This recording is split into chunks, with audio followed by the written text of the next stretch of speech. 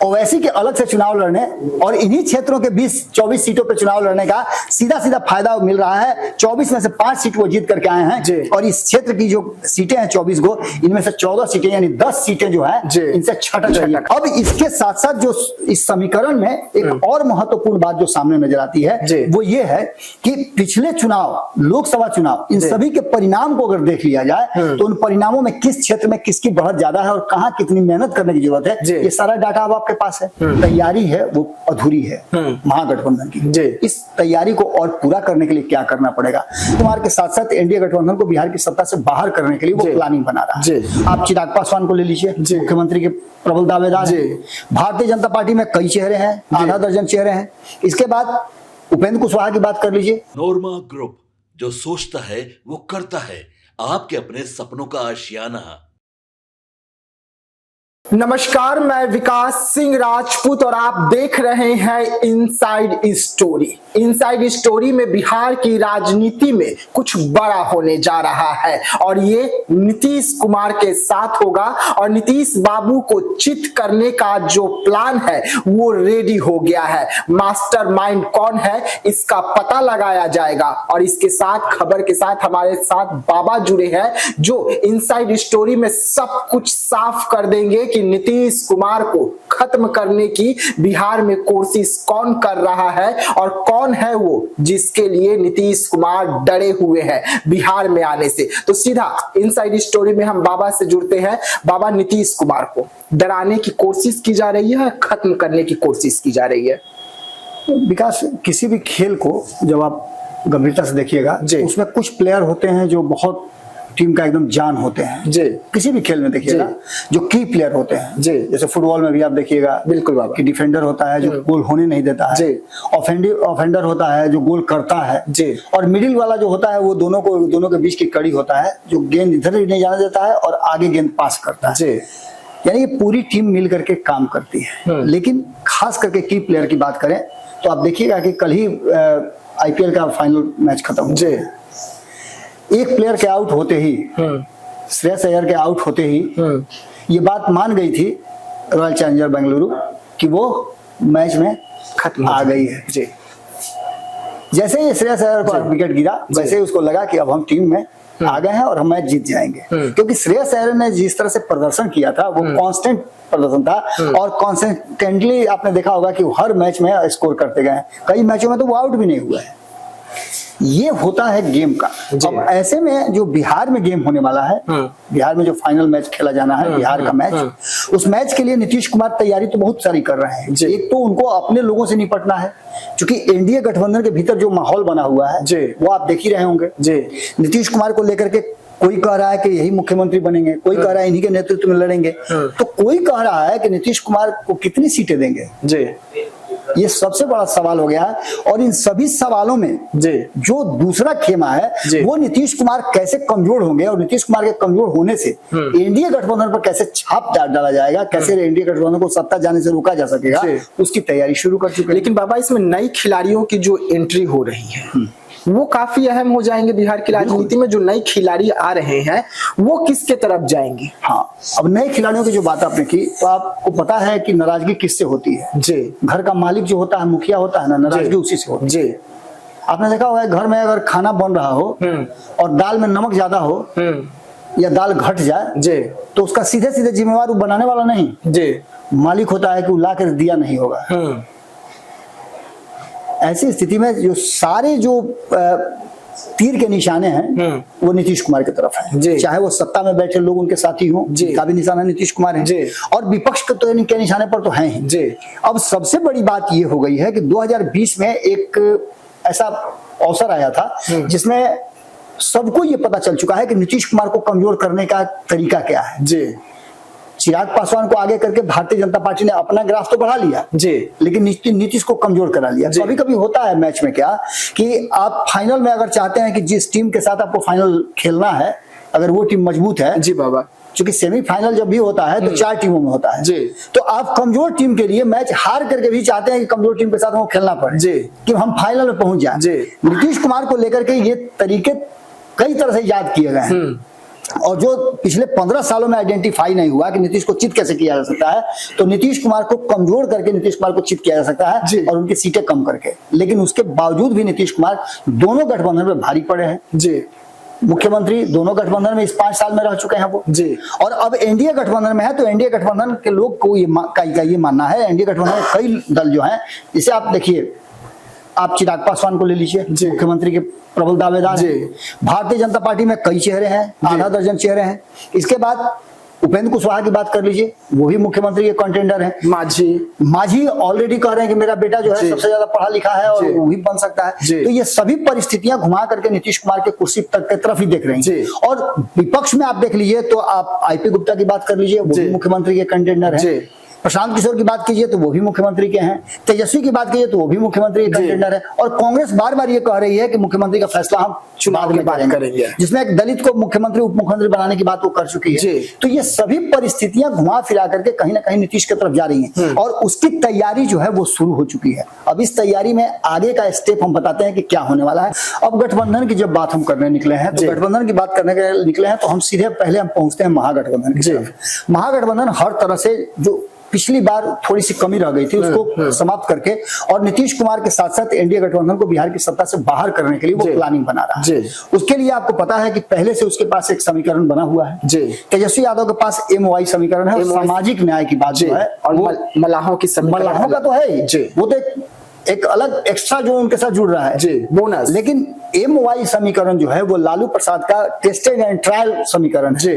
इस समीकरण के आधार पर ही आपने देखा था पिछली बार तो मला उनके साथ नहीं थे, लेकिन फिर भी वो 115 सीट अपने गठबंधन में लेकर के आते हैं और सत्ता के करीब पहुंचते मात्र 12,000 वोटों से वो पीछे रह जाते हैं सत्ता पर पहुंचने के। तो निश्चित रूप से तेजस्वी यादव में वो कैपेसिटी है और खास करके महागठबंधन में वो कैपेसिटी है कि वो लड़ाई में बहुत मजबूती के साथ है। लेकिन इस लड़ाई को और मजबूत बना करके दूर दूर तक जो स्थिति है कि एनडीए गठबंधन सत्ता से बाहर हो जाए, उसके लिए वो अलग अलग काम भी कर रहे हैं। जैसे आपने नाम लिया मुकेश सहनी का। मुकेश सहनी अब परमानेंटली आप मान के चलिए रजिस्ट्री कर दिया है कि हम रहेंगे तो महागठबंधन में रहेंगे, तेजस्वी यादव को मुख्यमंत्री बनाएंगे और अपने हम डिप्टी सीएम बनेंगे।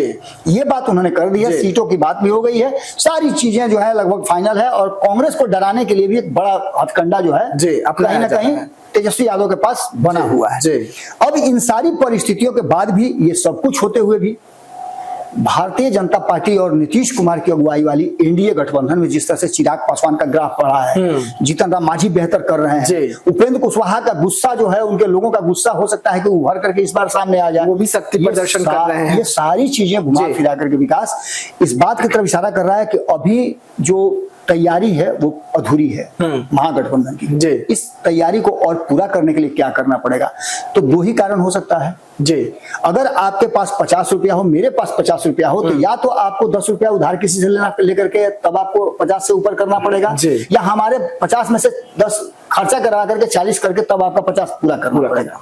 यानी किसी भी परिस्थिति में या तो एनडीए गठबंधन को झटका देना पड़ेगा, उसमें से सेंधमारी करनी पड़ेगी उसके वोट में, या उसके वोट बैंक से ज्यादा वोट बैंक लाना पड़ेगा, बढ़ाना पड़ेगा।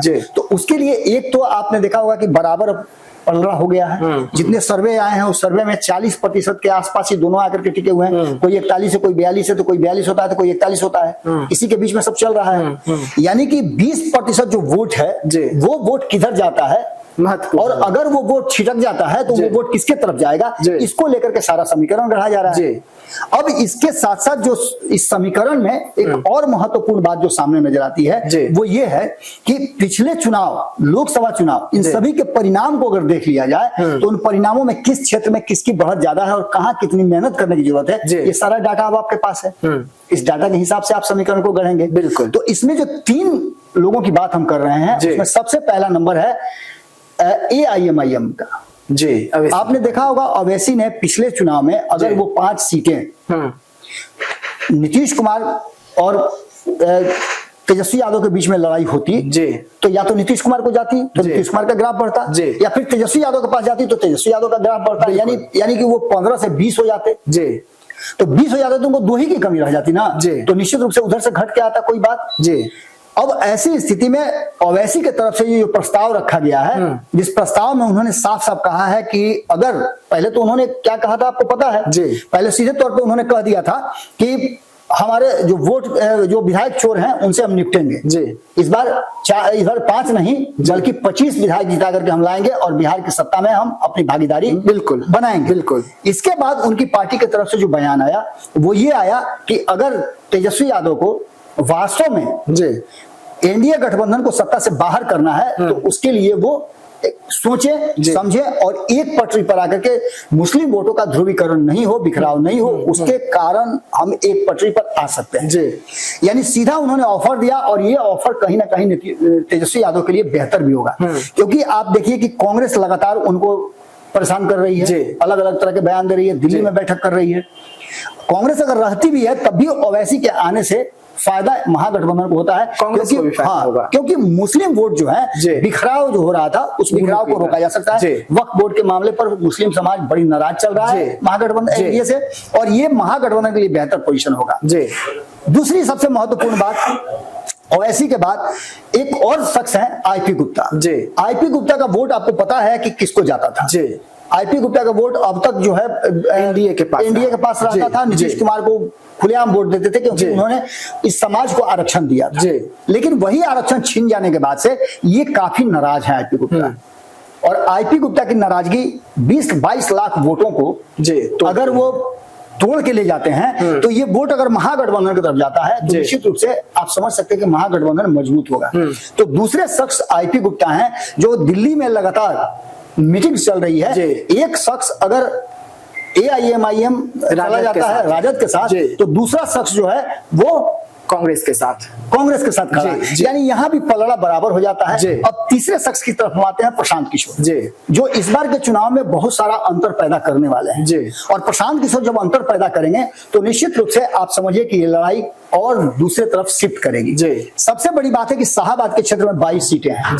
इन 22 सीटों में मात्र 2 सीटें एनडीए गठबंधन के पास है, बाकी 20 पर कब्जा महागठबंधन का। इसके मतलब आप समझ रहे हैं ना कि इस क्षेत्र में एनडीए गठबंधन लगातार चिराग पासवान को पुष्ट कर रही है, बूस्टअप कर रही है। चिराग पासवान देख रहे हैं वहां जाकर के अपनी मीटिंग्स कर रहे हैं, उसके बाद उपेंद्र कुशवाहा भी उस क्षेत्र में जाकर मीटिंग कर रहे हैं। यानी कि शाहाबाद के क्षेत्र पर अभी भी पकड़ महागठबंधन की है, और अगर ओवैसी आ जाते हैं तो जो मुस्लिम वोट इधर छटकता है तो वो वोट भी वहां चला जाएगा। यानी 22 का आंकड़ा है उसमें से कितना महागठबंधन से और 2 बचा हुआ है 2 है वो छीन लिया जाए, इसकी तैयारी कर रहे होंगे। दूसरी तरफ आप अगर देख लीजिए तो मगध के क्षेत्र में 40 सीटें हैं। इन 40 सीटों में 28 सीट जो है वो एनडीए गठबंधन के पास है, महागठबंधन के पास है, इंडिया गठबंधन के पास, और 12 सीटें जो हैं वो एनडीए गठबंधन के पास। यानी ये दूसरा ऐसा क्षेत्र है जहां पर एनडीए गठबंधन कमजोर है और यहां भी ओवैसी फैक्टर चलता है। यानी कि मुस्लिम समाज का मगध के क्षेत्र में भी बहुत सारे ऐसे विधानसभा है जहां वो अंतर पैदा करते हैं। तो एक सबसे दूसरा जो है सबसे महत्वपूर्ण कारण हो गया। और तीसरा सीमांचल की बात कर लें तो इसमें पूर्णिया, किशनगंज, अररिया, कटिहार, इसकी अगर बात करते हैं आप तो इसमें 24 सीटें हैं। इन 24 सीटों में अभी जो है एनडीए के पास 14 सीटें हैं और इंडिया गठबंधन के पास 5 सीटें हैं।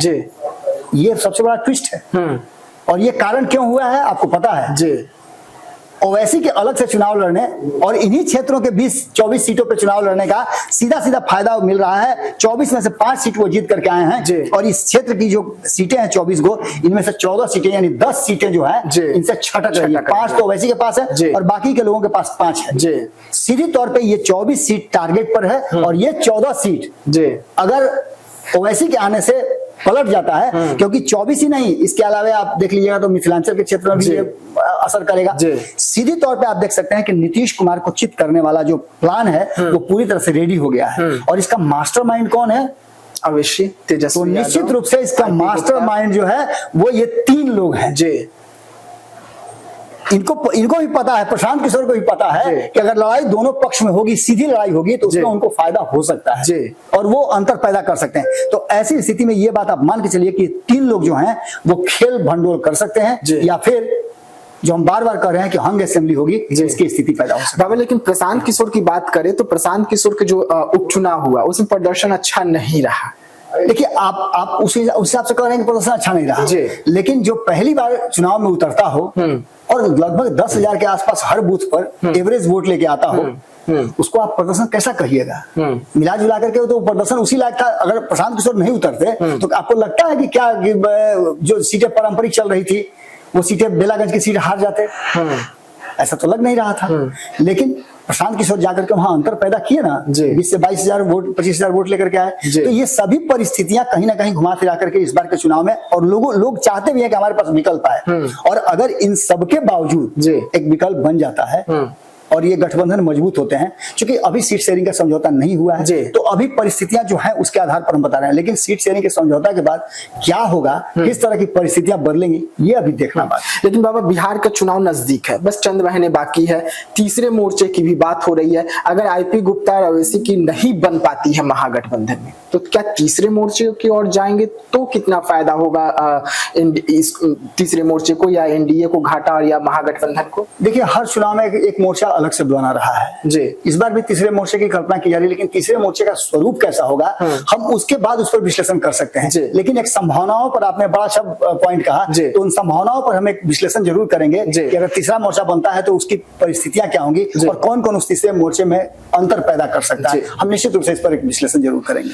चलिए, तो इनसाइड स्टोरी देख रहे थे आप, जहां पर नीतीश कुमार को चित करने की जो प्लानिंग है वो रेडी हो गई है, और ये प्लानिंग में अहम भूमिका में आईपी गुप्ता, प्रशांत किशोर और ओवैसी का जो फैक्टर है वो देखने को मिलेगा। इस वक्त महागठबंधन से आईपी गुप्ता, ओवैसी की जो मीटिंग है लगातार चल रही है, और इस मीटिंग का क्या कुछ फैसले आएगा इसका सभी को इंतजार है। लेकिन प्रशांत किशोर की अलग रणनीति सभी को परेशान करने के लिए जरूर तैयार है। तो ऐसे तमाम खबरों के लिए रहिएगा भारत लाइव के साथ, दीजिएगा इजाजत, धन्यवाद। नोरमा ग्रुप, जो सोचता है वो करता है।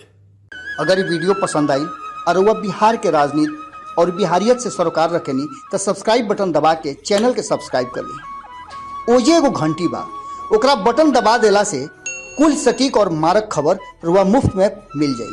अगर रुआ पत्रकारिता के हमनी के नया प्रयोग में सहयोग कर चाहतानी तो ज्वाइन बटन दबा दी। पेटीएम नंबर नोट कर ली 9386816700। धन्यवाद।